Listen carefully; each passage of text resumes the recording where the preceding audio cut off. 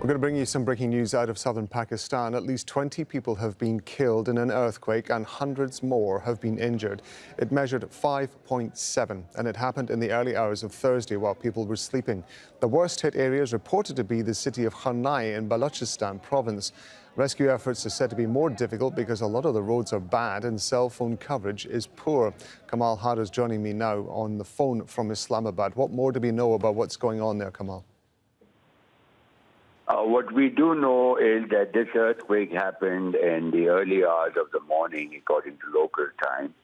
Most people were in their homes, according to the deputy commissioner. Most of the casualties include women and children. 20 confirmed dead, 200 injured, according to the latest figures. And as you mentioned, this is a remote region. It is about 60 kilometers from the provincial capital, Quetta.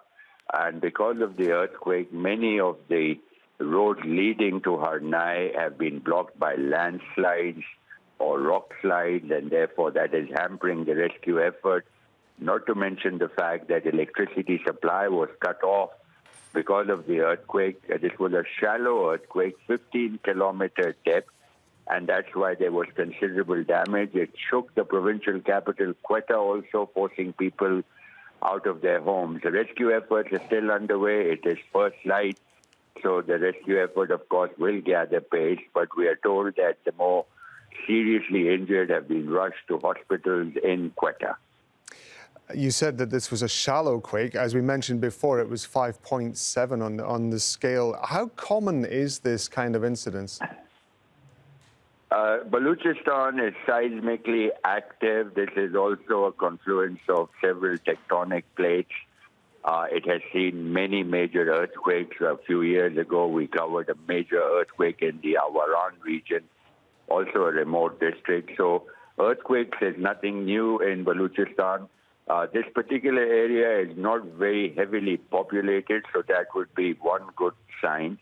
However, most of the construction there is mud houses made from rocks and mud, and so those structures do not stand a chance against any heavy jolt.